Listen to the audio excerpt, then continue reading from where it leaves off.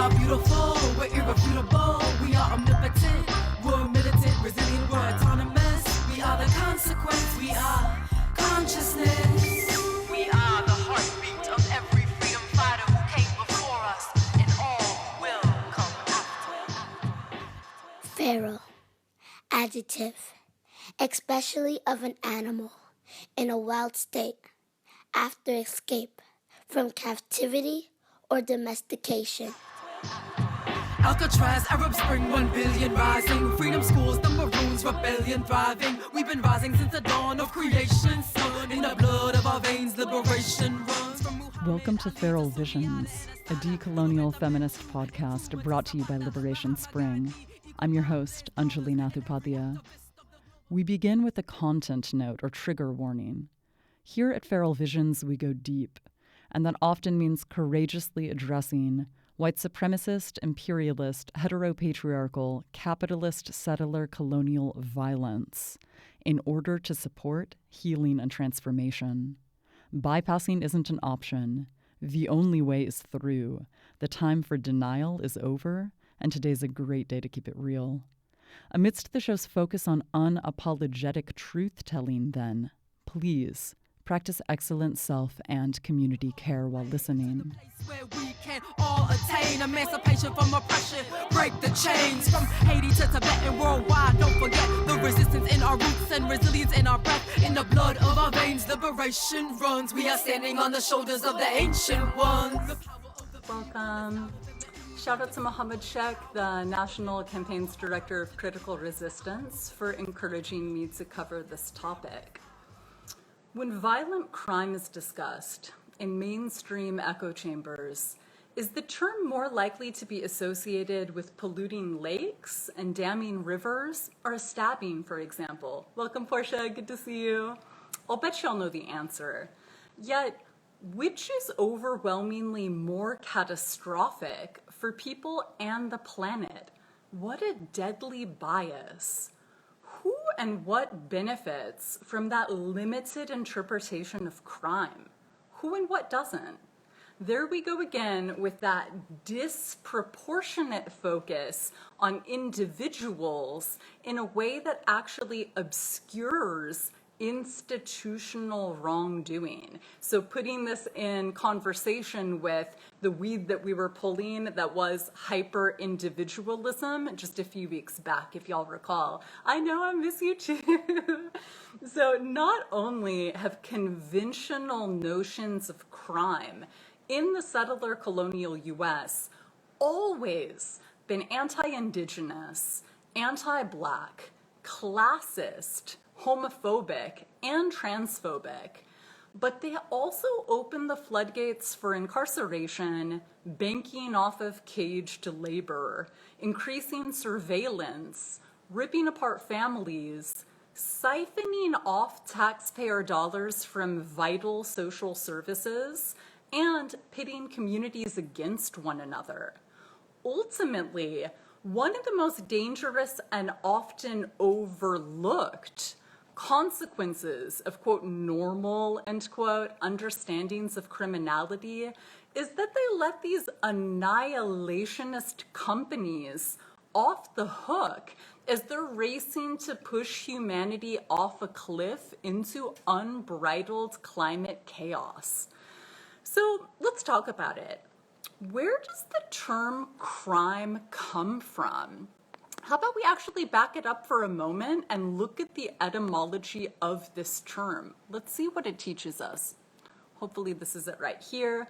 Oxford Languages, as you can see if you're looking at my screen, states that the etymology comes from Middle English via Old French from the Latin word for judgment or offense, rooted in the sense of wickedness or sin.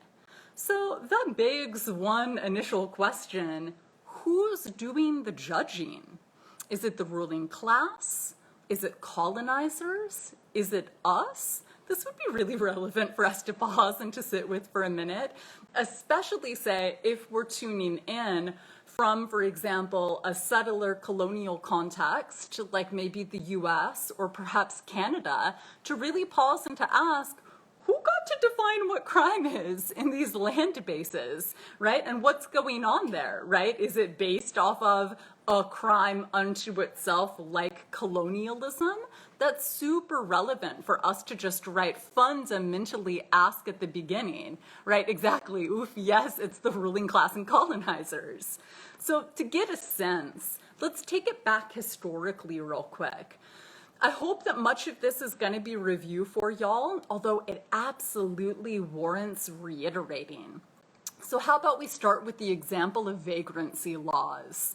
So you can see here, Risa Goluboff and Adam Sorensen provide the following synopsis of this obscene legacy. Quote, "The crime of vagrancy has deep historical roots in American law and legal culture. Originating in 16th century England, vagrancy laws came to the so-called New World with the colonists and soon proliferated throughout the British colonies and later the United States.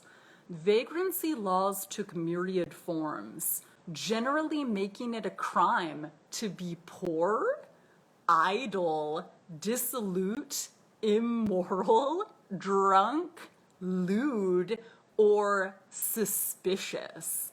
Vagrancy laws often included prohibitions on loitering, wandering around without any apparent lawful purpose, though some jurisdictions criminalized loitering separately. Taken together, vaguely worded vagrancy, loitering, and suspicious persons laws targeted objectionable, quote, out of place, end quote, people, rather than any particular conduct. They served as an ubiquitous tool for maintaining hierarchy and order in American society. Their application changed alongside perceived threats to the social fabric at different times and places, targeting the unemployed, labor activists, radical orators, cultural and sexual nonconformists, racial and religious minorities, civil rights protesters, and the poor. By the mid-20th century, vagrancy laws served as the basis for hundreds of thousands of arrests every year. But over the course of just 2 decades, the crime of vagrancy, virtually unquestioned for 400 years, unraveled. Profound social upheavals in the 1960s produced a concerted effort against the vagrancy regime. And in 1972, the US Supreme Court invalidated the laws. Local authorities have spent the years since looking for alternatives to the many functions vagrancy laws once served. End quote. Can y'all believe that? I know that many of us might have studied this at some point back in the day, but it really, again, warrants refreshing if you ask me. So, as was made plain in the very language of these laws, they disproportionately harmed poor and working class folks and activists and queer folks. Welcome, Parney and Muriel, great to see y'all. Queer folks, other minoritized communities for centuries. As a matter of fact, my constitutional law professor in undergrad used to always say that poor people get arrested and incarcerated for doing in public what rich people do in private. Although you may have noticed, right, in that vagrancy law synopsis that we just looked at, those laws didn't even necessarily indict people for doing anything. The premise of their arrest and incarceration could be legit just for looking suspicious to an authority figure. Any idea who's disproportionately more likely to fit that category? So again, this is just like taking it back as we did to the etymology of the word crime, right? Being rooted in part judgment, right? We've got to fundamentally ask, who's doing the judging, right? Because of course that's going to in part determine who gets judged and who doesn't, what gets judged and what doesn't. So furthermore, as hopefully y'all are well aware of already, enslaving folks convicted of crimes is legally protected in the settler colonial U.S. today by the 13th Amendment to the U.S. Constitution. Like Ava DuVernay's 2016 documentary titled 13th clearly demonstrates. So who and what benefits from inaccurate mainstream understandings of crime? What up, Suleiman? Good to see you. Certainly the prison system, but also cops and the social service providers who also provide scaffolding for this entire racket, and the entities as well that aren't getting scrutinized while all of our attention is being directed elsewhere through this massive diversionary campaign, such as so-called white-collar criminals, like many a scandalous corporation. What I'm alluding to here is what many activists call a broader carceral logic. What does carceral mean? So according to Merriam-Webster, it's an adjective that means of, relating to, or suggesting a jail or prison. Now, I know that this is deeply personal for many of us for many reasons. For example, even at the most basic professional level, say for myself as an educator from California, the so-called colonial state of California, in my life, billions of dollars have been siphoned off into prisons and policing as opposed to, say, universities and colleges. So urban planners and social engineers and bureaucrats, and these days, app developers that are creating sentencing models and doing predictive policing. This is all wrapped up in that carceral logic that activists have been warning us about for literally centuries at this point. So they're all seeing our babies as soon to be profitable inmates rather than, say, learners. Some of our youth, disproportionately more than others, along predictable zip codes and various aspects of social location.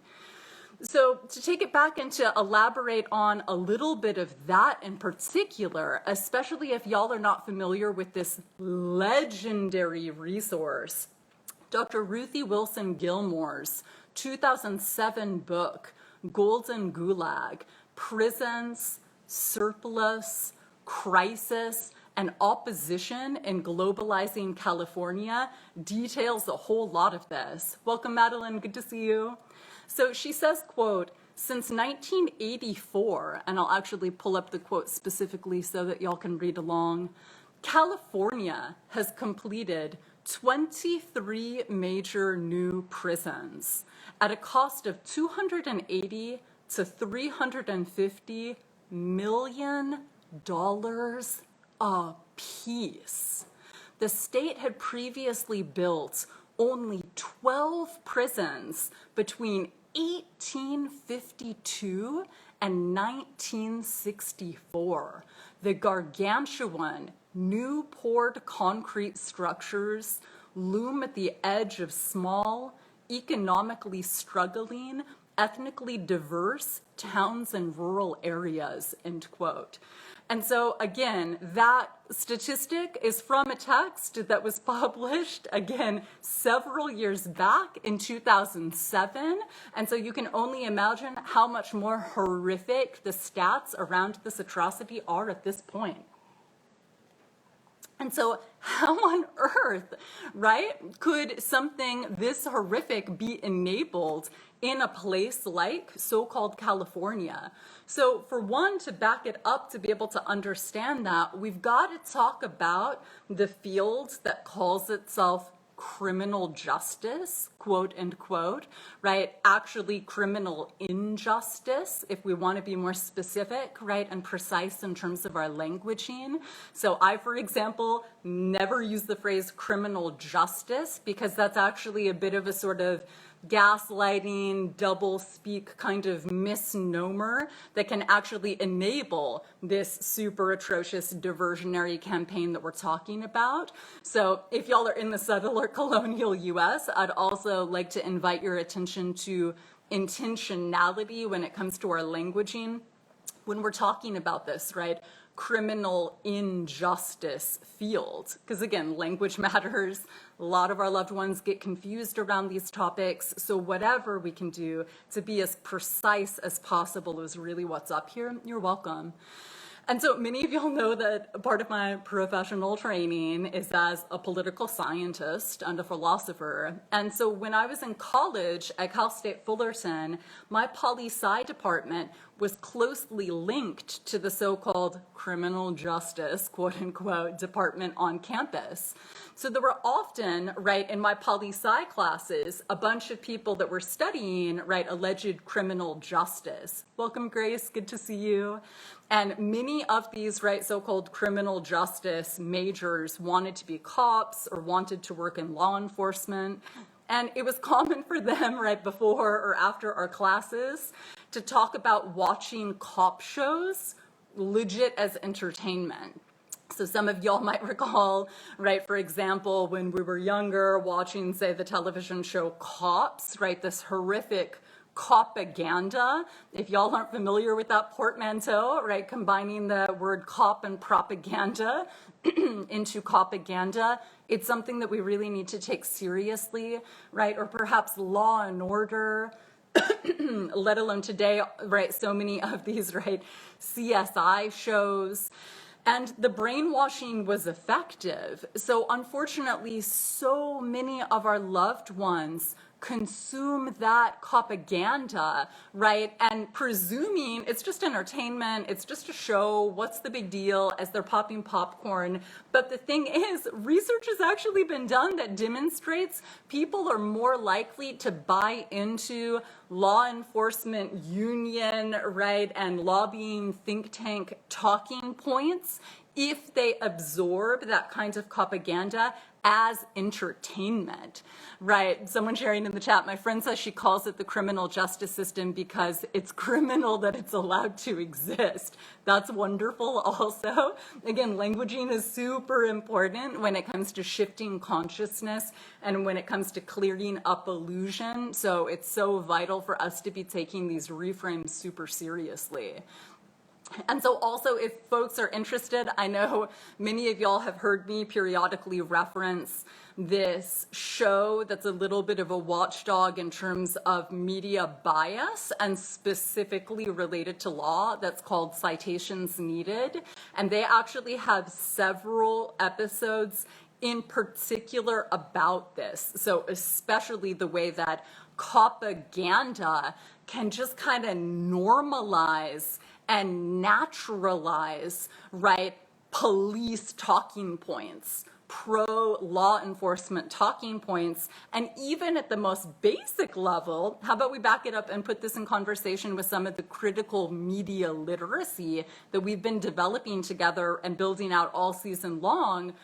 What does it do to folks when the protagonist in a show, right, is a cop that we're supposed to, or a prosecutor, ostensibly be empathizing with or identifying with for multiple episodes, multiple seasons, potentially over the course of years and or decades, right?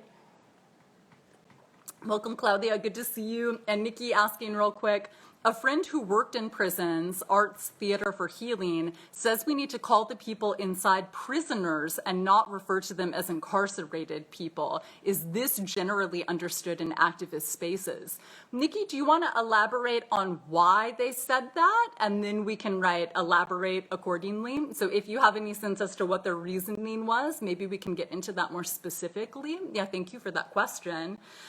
And of course, there's so much also that we could get into here related to the criminalization of queerness, right? The criminalization of so many of our peoples and our social locations and our identities in ways that are profitable for all of these lobbies, right? So you, for example, say that so-called homosexuality is a crime, and then guess what that means, right? Cops get to fill those quotas, incarcerating more queer folks, right? So that's more money for them, more job security for them, right? So as penal codes shift, right, as crime bills are enacted, right, then the understanding of crime and so-called criminals, right, expands or contracts accordingly, right? And so around that in particular, right, it's so important for us to look to what are some of these policies and some of these shifts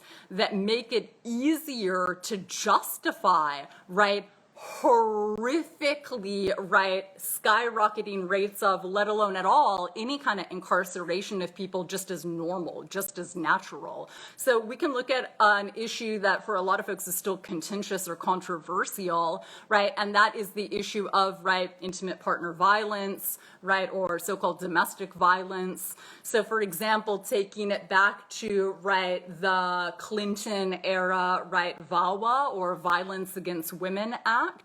And just to back up real quick, so first off, right, this is something that some people call carceral feminism, right? So this is where, right, people say that they're concerned about violence against women, right, or sometimes domestic violence or interpersonal violence against children, and regardless of gender more broadly, yet their proposed solutions are consistently carceral, as in more boots on the ground, to use their typical military framing. So giving disproportionately more funding to cops and to prisons, right? Stricter sentencing and the like. But rarely do you see substantial funding and priority being given to prevention. And so the kind of culture changing endeavors that would actually end the problem to begin with, right? So Lauren sharing exactly, if the titles we use are counted by the oppressor and not those impacted, that is always a signal. You can say that again, right? We're going to be talking about context clues to be on the lookout for in just a minute, so that's absolutely one of them.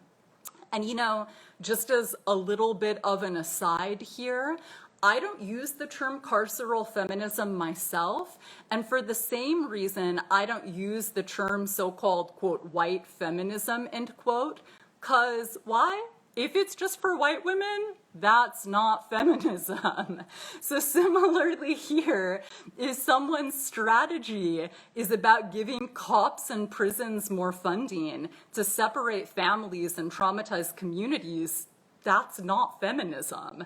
And again, taking it back to what we were just talking about a minute ago, words are important.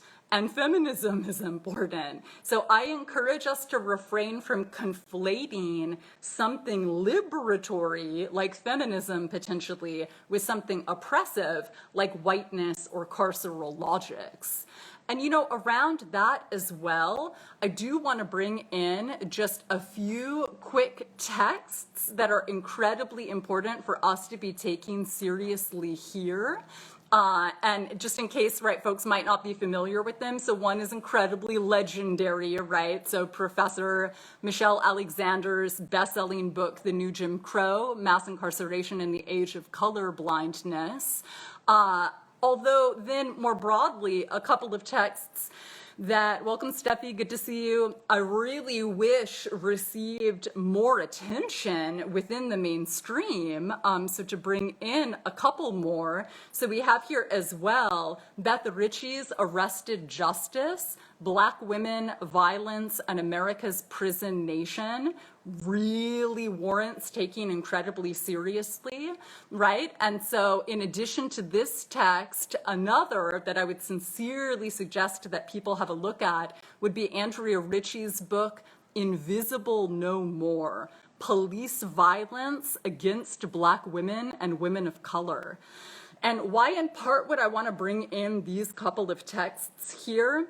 how about we put some of what we've been talking about right now in conversation, right, with that seed that we were planting last week of context and taking attention to context super seriously. So why is it that we have to worry about cops sexually abusing us if they allegedly serve and protect? Who are they serving?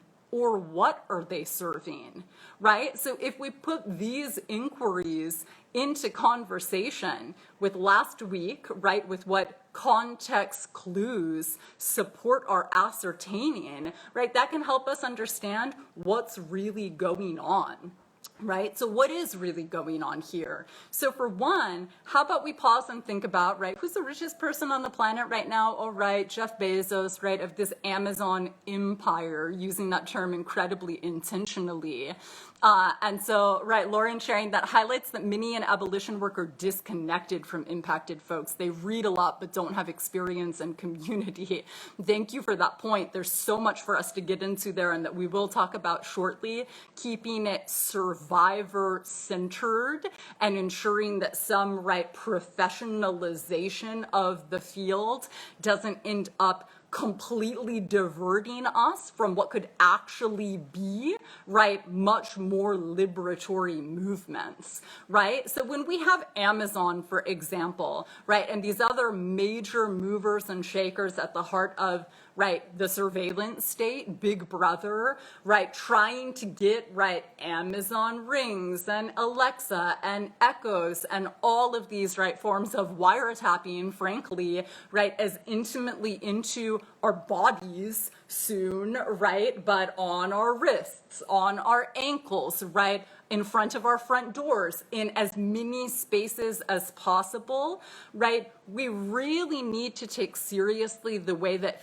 fear-mongering related to criminality just opens up the gates for people to accept this surveillance state. Like, I'm afraid, Big Brother, protect me, please, right? Because this is one of the things that we see happening within the mainstream, right, where that kind of snitching spyware, right, just gets totally naturalized, like it's convenient without people pausing to critically think beyond the commercials and the advertising to how dangerous that is, right? So again, this kind of, right, specter of so-called criminals or of criminality ushers in broad support for cops and for the surveillance state, right? So Big Brother saying to us in how much advertising, don't you want your loved ones to be safe? It's for the sake of your family, right? Yeah, someone sharing in the chat, it's so annoying how many people have Ring doorbells. It is absolutely horrifying, right? People's uncritical acquiescence, so often in the name of convenience, right, to these kinds of technologies that we know historically and we're currently experiencing are so much harder to reel back after they've been instituted than to, right, prevent them at the outset, that ounce of prevention being worth a pound of cure, so to speak, right?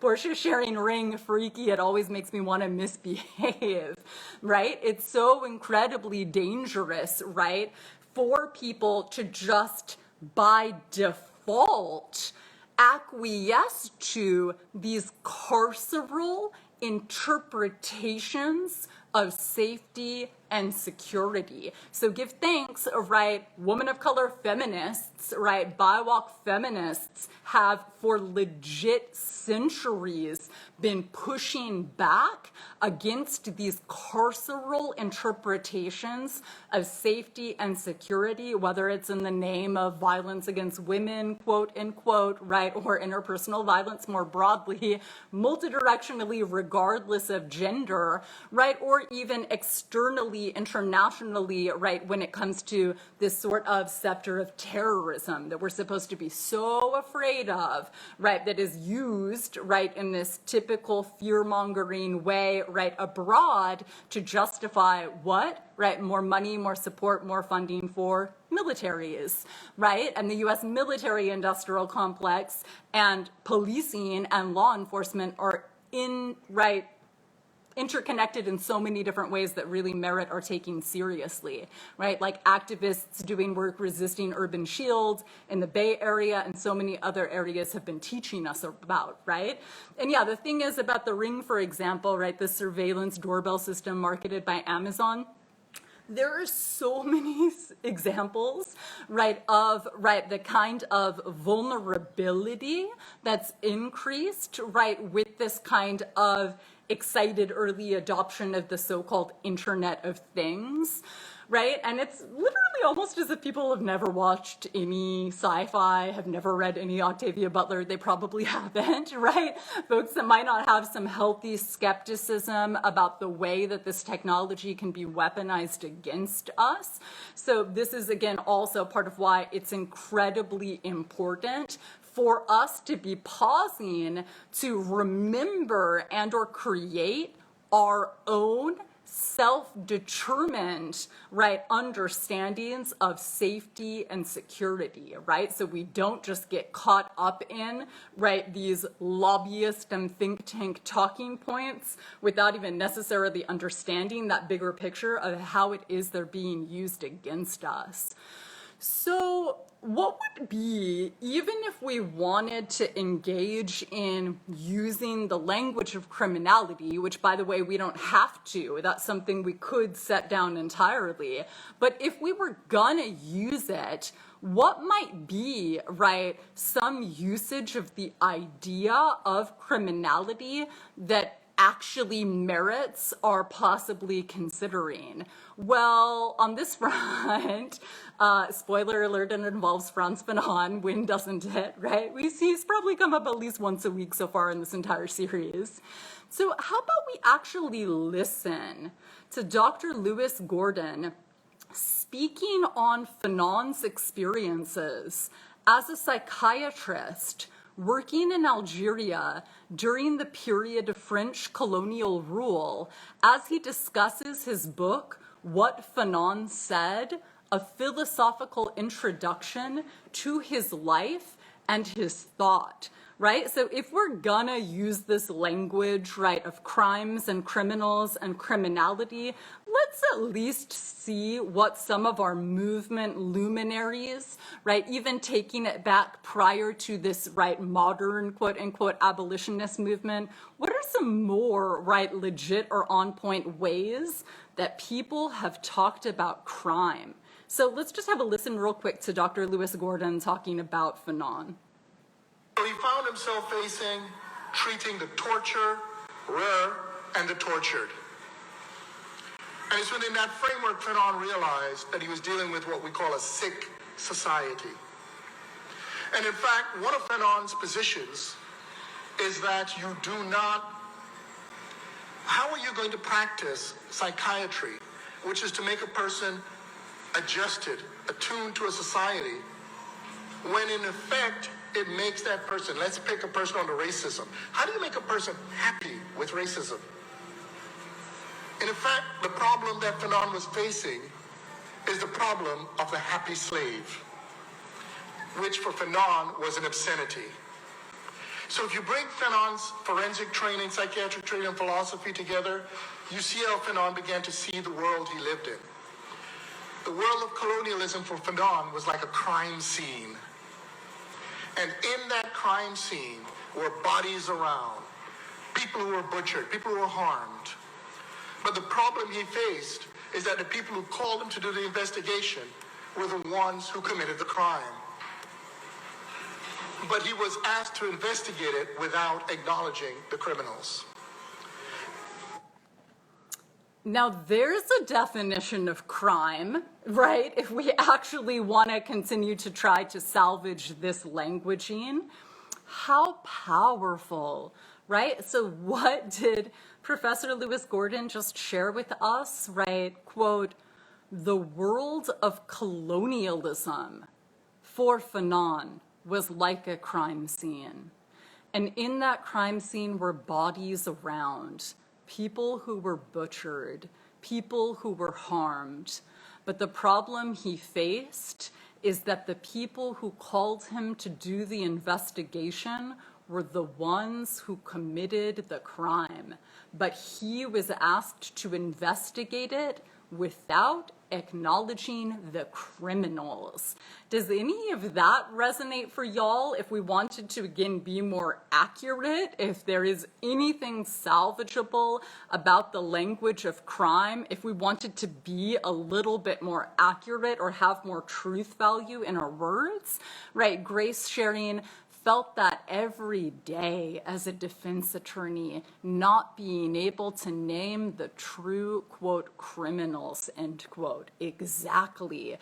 And so this is something, right, Grace, like you're sharing, right, as a defense attorney, right, or how many of us in so many different spaces, right, professionally and otherwise, are expected to go through these deceitful motions, right, with essentially our hands tied behind our back, so to speak, without being able to actually name what it is we're dealing with, right? Muriel sharing absolutely resonates deeply, right? So this is absolutely consequential. If anyone ever wants to use this language of crime or of crimes or of criminals rather, right, then we need to be honest. We're capable of being truthful, right? In the Gregorian calendar, it's allegedly 2020. We're allegedly allowed to say things. How about we say some things, right, when it comes to actual crime, right? Like formidable, ecocidal killing of the planet, omnicidal killing of all of the things,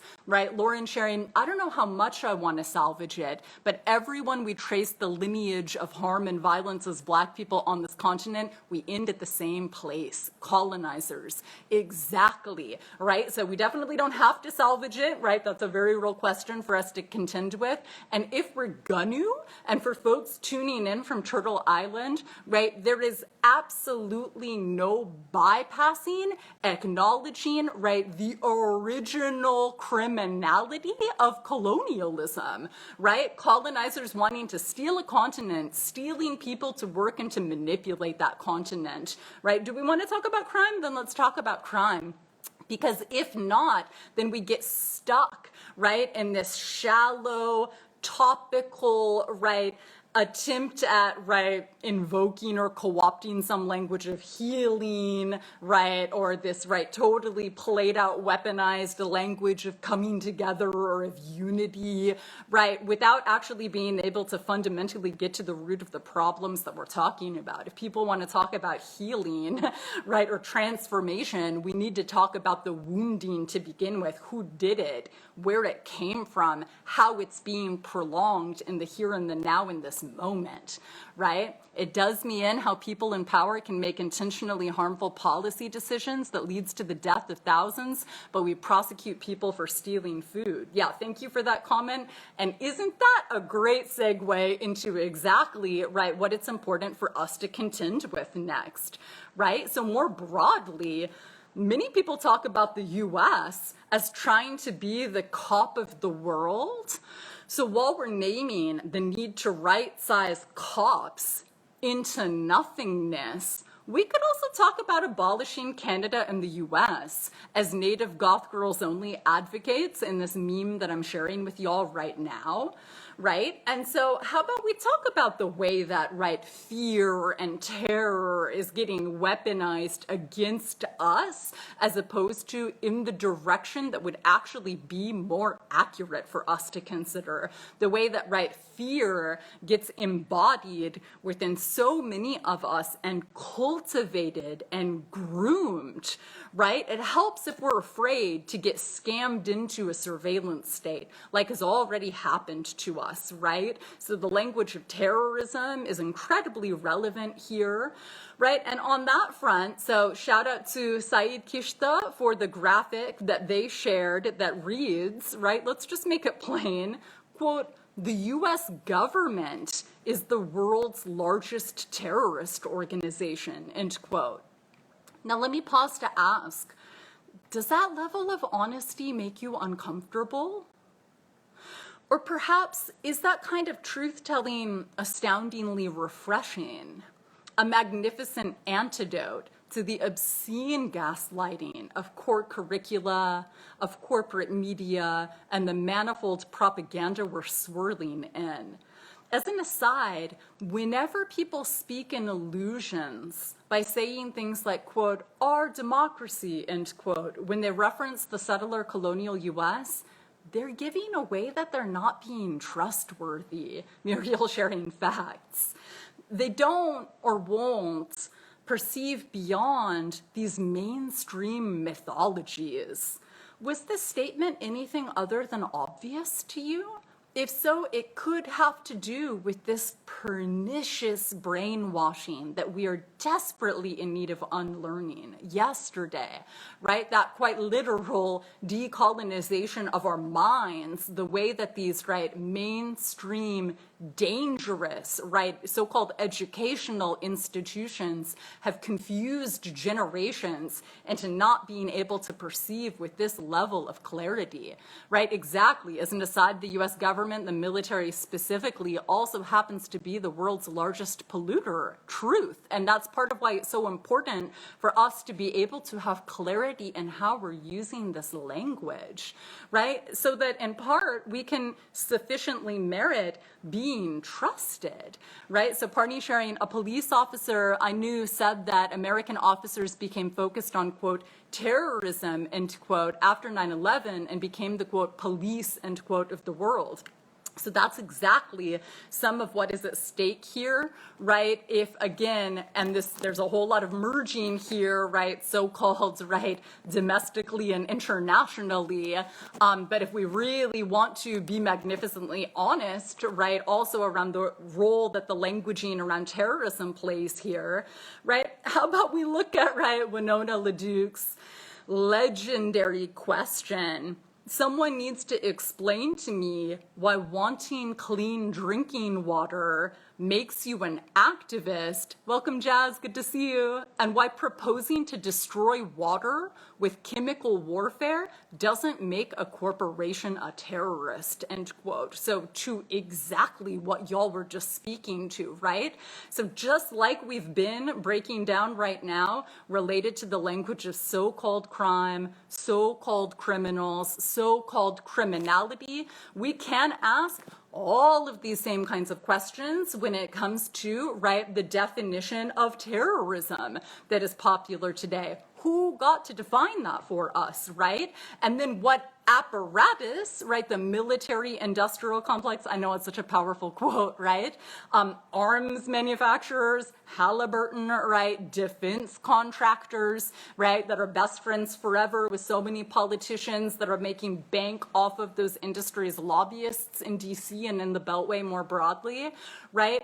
If they're, right, think tanks, right, are perpetuating, as they have been for decades, right, their talking points, right, throughout the corporate media, throughout the core curricula in mainstream educational institutions, then people are going to be scammed, like millions of our loved ones have been already, into thinking terrorism is something that it most assuredly isn't, right?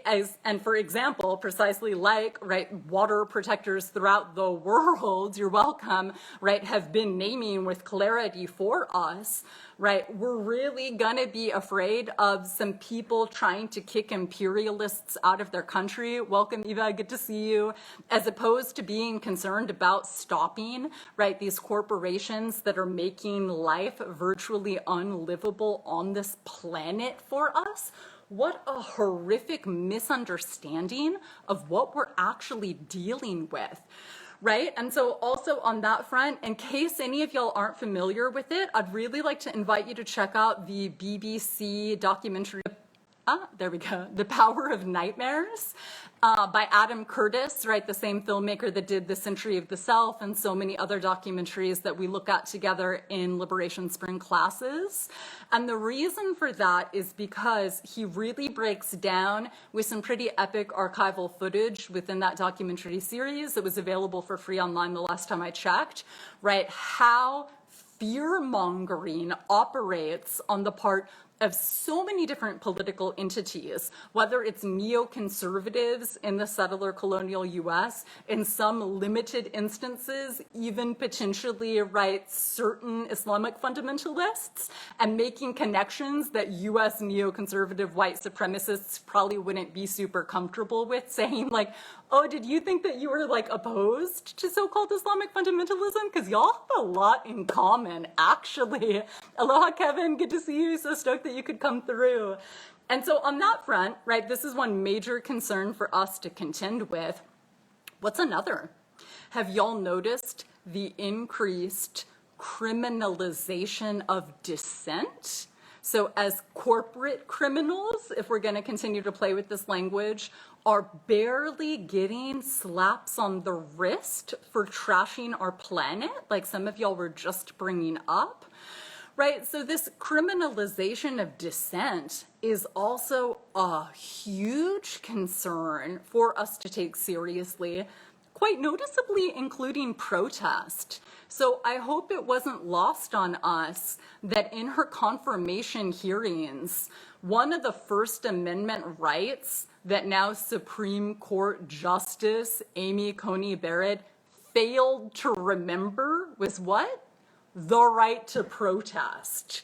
I hope that raises an epic red flag for folks that a Supreme Court justice today, when she was actually being confirmed, was like, so tell us about those rights in the First Amendment. You've got to remember them. You're about to be a Supreme Court justice.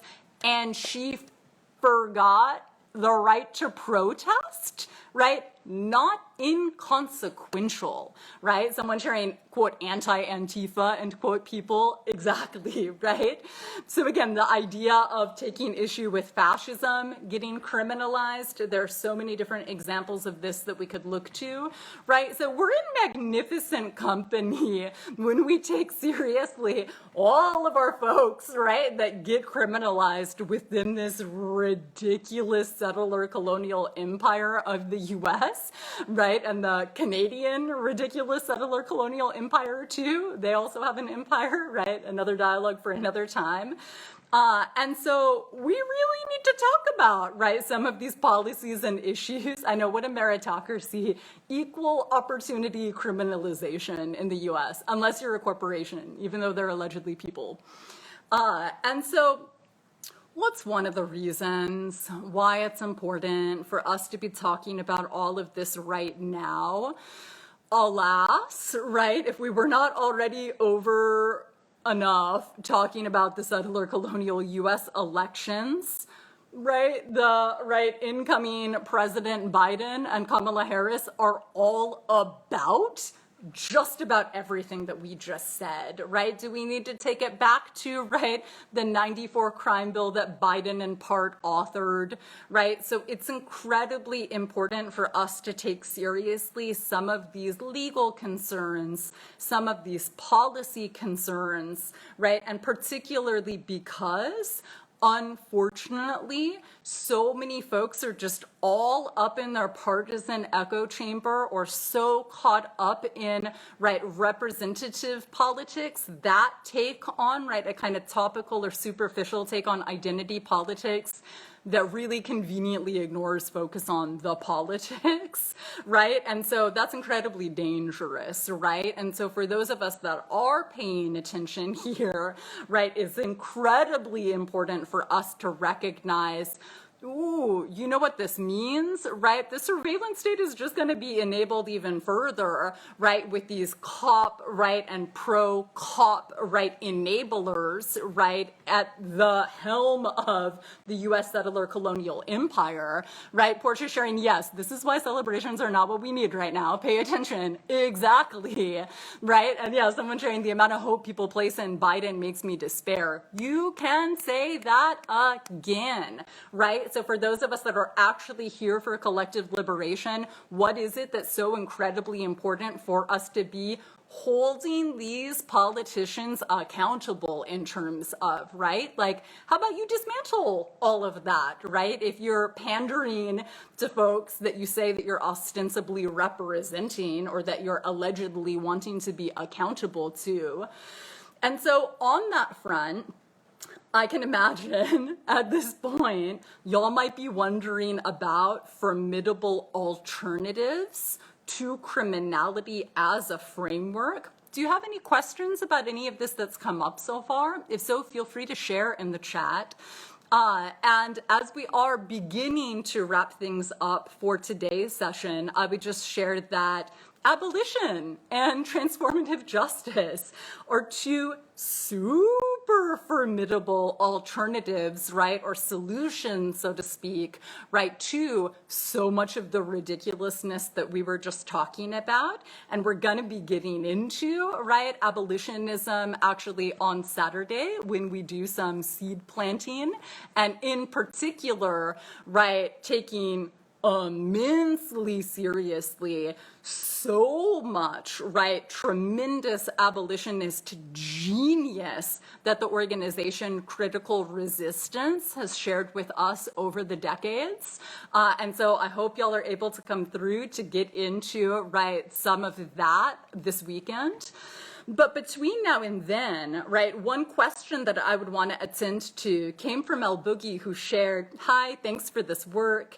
I'm wondering how us Black and Indigenous folks impacted by policing and incarceration can find ways to remind white, non-impacted people who are centering themselves in this work to get the fuck out of our way in a way that doesn't drain us and burn us out. I'm finding myself consistently triggered and drained these days, and it's hard to sustain my work as an activist, community supporter, and all of the other identities I hold that sometimes involve bringing white folks along with care. That's hard to summon right now." So thank you so much, El Boogie, for that question. Ridiculous